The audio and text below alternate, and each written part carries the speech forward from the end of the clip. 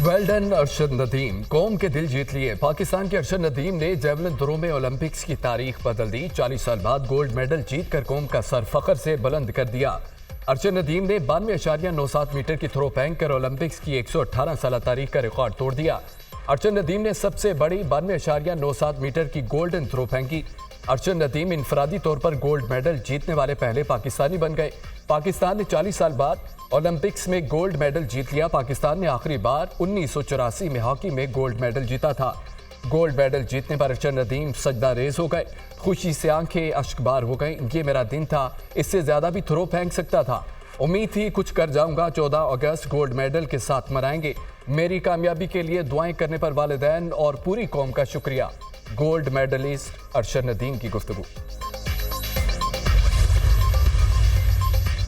लाजवाब परफॉर्मेंस पर अरशद नदीम को सलाम। अरशद नदीम की शानदार कामयाबी पर मुल्क भर में जश्न, मिठाइयां तकसीम, पुरसितारों के भंगड़े। अवाम का अरशद नदीम को खिराज तहसीन। कौमी हीरो के घर के बाहर लोगों का जश्न। मियां चन्नू के शहजादे ने सभी के दिल जीत लिए। शहर शहर लोगों ने अरशद नदीम की कामयाबी को सराहा। कहा अरशद नदीम ने पूरी कौम का सर फख्र से बुलंद कर दिया।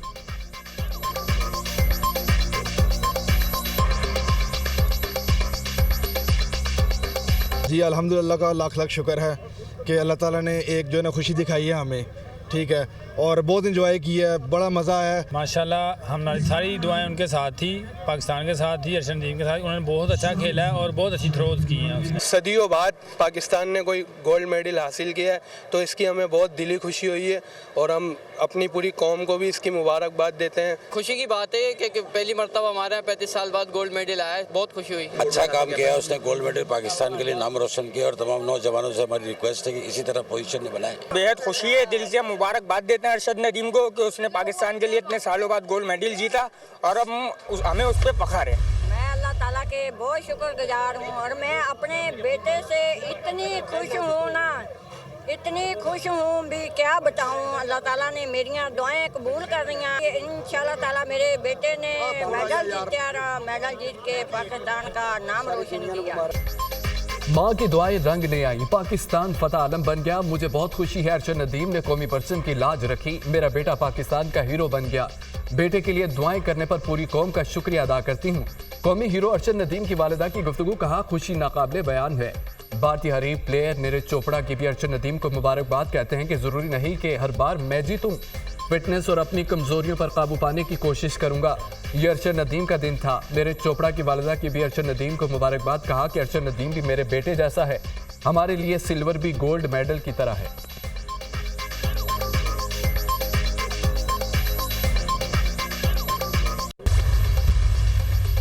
अरशद नदीम की तारीखी कामयाबी पर सदर मुमलिकत, वज़ीर आज़म और दीगर रहनुमाओं की मुबारकबाद। सदर मुमलिकत ने कहा है कि अरशद नदीम आप पूरी कौम का फ़ख्र हैं। ओलंपिक्स रिकॉर्ड कायम करना तवील तरीन थ्रो बड़ा कारनामा है। वज़ीर आज़म शहबाज शरीफ कहते हैं कि ओलंपिक की 118 साल तारीख में मुनफरिद रिकॉर्ड कायम करने पर अरशद नदीम आप ढेरों मुबारकबाद के मुस्तहिक हैं। शाबाश अरशद नदीम, आपने कौम का सर फख्र से बुलंद कर दिया। बिलावल भुट्टो ने भी अरशद नदीम को पेरिस ओलंपिक्स में गोल्ड मेडल जीतने पर मुबारकबाद दी। वज़ीर आला पंजाब मरियम नवाज, स्पीकर कौमी असम्बली सरदार रियाज सादिक, वज़ीर दाखिला मोहसिन नकवी समेत तमाम अहम रहनुमाओं की भी अरशद नदीम और कौम को मुबारकबाद। वज़ीर आज़म ने पेरिस ओलंपिक्स में अरशद नदीम की परफॉर्मेंस बराह रास्त देखी। शहबाज शरीफ ने अरशद नदीम की शानदार कामयाबी और जेवलिन थ्रो में ओलंपिक्स रिकॉर्ड कायम करने पर पाकिस्तान जिंदाबाद का नारा लगाया। वज़ीर आज़म की 3 दहाइयों बाद ओलंपिक्स मुकाबलों में तमगा जीतने पर पूरी कौम को मुबारकबाद। वज़ीर आज़म ने कहा कि मेरे लिए यह फ़ख्र की बात है, अरशद नदीम जैसे बासलाहियत नौजवानों को दरियाफ्त करने के लिए अल्लाह रब्बुल इज़्ज़त ने मुझ नाचीज़ को वसीला बनाया।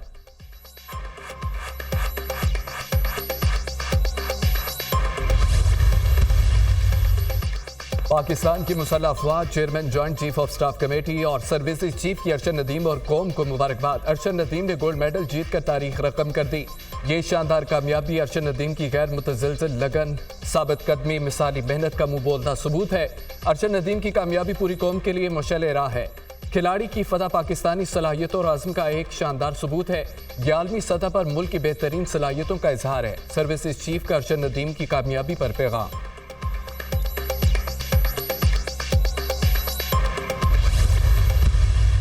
वो लोग जो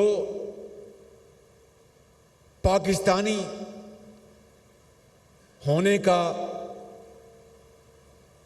दावा करते हैं और उस लिबादे में दुश्मनी कर रहे हैं, हमें उनको पहचानना है। सोशल मीडिया पर जो झूठ बोला जाता है, जो हकायक को मस्ख किया जाता है, जो गाली गलोच का बाजार गर्म है, 9 मई का वाकया आपके सामने है। उससे ज्यादा दिलखराश वाकया पाकिस्तान की तारीख में कोई नहीं हुआ। हुकूमत और इदारे यकजान दो गालिब हैं। सियासी हुकूमत और इदारों के दरमियान ऐसा ताउन पहले कभी नहीं हुआ। सिपा सलार और सियासी हुकूमत पाकिस्तान के मफाद में काम कर रहे हैं।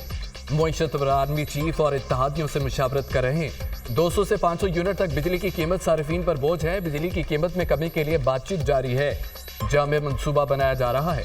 सदर से इस मौजू पर बात हुई है। वज़ीर-ए-आज़म शहबाज शरीफ का इस्लामाबाद में नेशनल उलमा मशाइख कॉन्फ्रेंस से खिताब। कहा, 9 मई से ज्यादा दिलखराश वाकया मुल्क की तारीख में नहीं हुआ। पाकिस्तानी होने का दावा करने वालों की मुल्क दुश्मनी को पहचानना होगा। खवारिज ने इस्लामी तारीख में तबाहकुन किरदार अदा किया। पाकिस्तान को जितनी आज कौमी यकजहती की जरूरत है, शायद पहले कभी ना हो।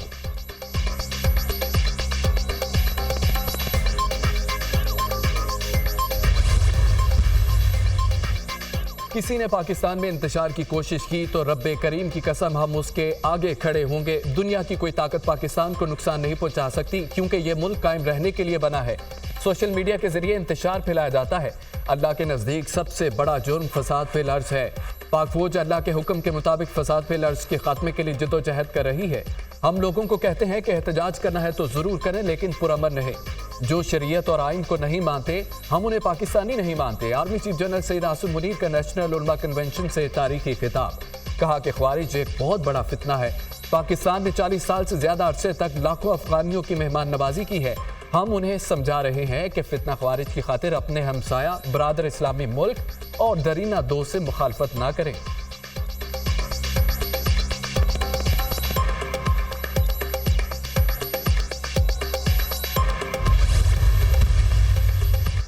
जमात इस्लामी ने 14 रोज से जारी धरना मुअख्खर कर दिया। मीर जमात इस्लामी हाफिज नईमुर रहमान कहते हैं कि धरना मुअख्खर कर रहे हैं, खत्म नहीं किया।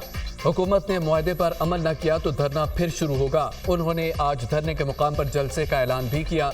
वफाकी वज़ीर दाखिला मोहसिन नकवी ने कहा है कि हम सब का एक ही मकसद है कि आवाम को रिलीफ दिया जाए। बिजली की कीमतों में जल्द कमी नजर आएगी।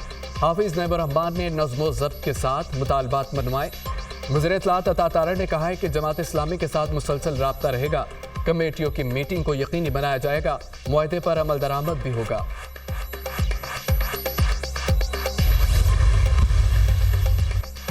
महंगी बिजली मजीद महंगी हो गई। बिजली की कीमतों में ₹2.56 फी यूनिट इजाफा। नेपरा ने इजाफे का नोटिफिकेशन जारी कर दिया। कीमतों में इजाफा जून की फ्यूल कास्ट एडजस्टमेंट की मद में किया गया। कीमतों का इतलाक सिर्फ 1 माह के लिए होगा। नेपरा ने जून की माहाना फ्यूल प्राइस एडजस्टमेंट का नोटिफिकेशन जारी कर दिया। माहाना फ्यूल एडजस्टमेंट की मद में बिजली सारिफीन से भारी वसूलियां। बिजली सारिफीन पर 2 माह में ₹5.89 फी यूनिट का बोझ डाला गया। फ्यूल कास्ट एडजस्टमेंट पर 18% GST भी आयद होता है। जुलाई के बिजली बिलों में फ्यूल प्राइस एडजस्टमेंट की मद में ₹3.33 फी यूनिट इजाफी वसूल किए गए। अगस्त के बिजली बिलों में ₹2.56 फी यूनिट इजाफी वसूल किए जाएंगे।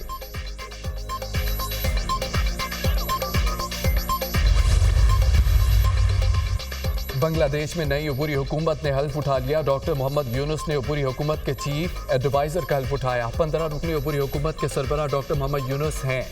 सदर शहाबुद्दीन ने नई अबूरी हुकूमत के अरकान से हल्फ लिया। अरकान की तकरीब हलबतदारी ढाका के दरबार हाल में हुई। तुलबा तहरीक के 2 अहम रहनुमा नायद इस्लाम और आसिम महमूद भी मशीरों में शामिल। नई अबूरी हुकूमत में कोई सियासतदान शामिल नहीं। मशीरों का इंतखाब सिविल सोसाइटी और मुख्तलिफ पेशा वराना शोबों से किया जाएगा। डॉक्टर यूनुस ने मीडिया से गुफ्तगू में कहा कि वतन वापसी पर खुशी हुई। तुलबा ने मुल्क को बचाया, मिलकर हालात ठीक करेंगे। हमने मुल्क में अमन और इस्तेहकाम के लिए काम करना है। मुत्तहिद होकर बांग्लादेश को तरक्की की राह पर गामजन करेंगे।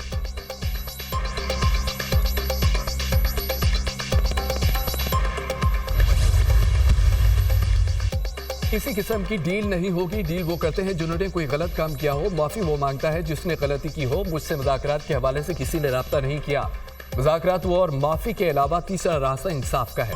9 मई के वाकयात की CCTV फुटेज मंजर आम पर लाई जाए।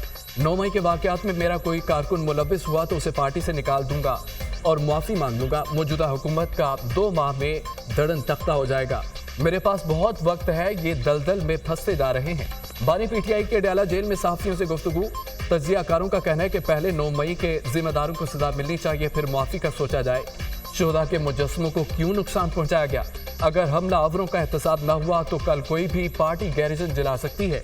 कानून कानून है, आप कसूरवार हैं तो सजा मिलेगी।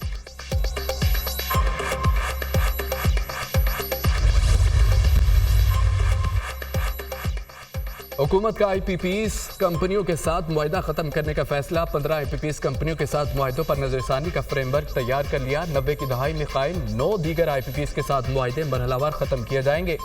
हुकूमत का Gul Ahmed Energy Limited, Kohinoor Energy, Liberty Power project के साथ मुआहिदे खत्म करने का फैसला। टिपाल एनर्जी लिमिटेड, कैपको और अटक जनरेशन के साथ भी मुआहिदा खत्म करने का फैसला। IPPs के साथ मुआहिदों में तोसी नहीं होगी।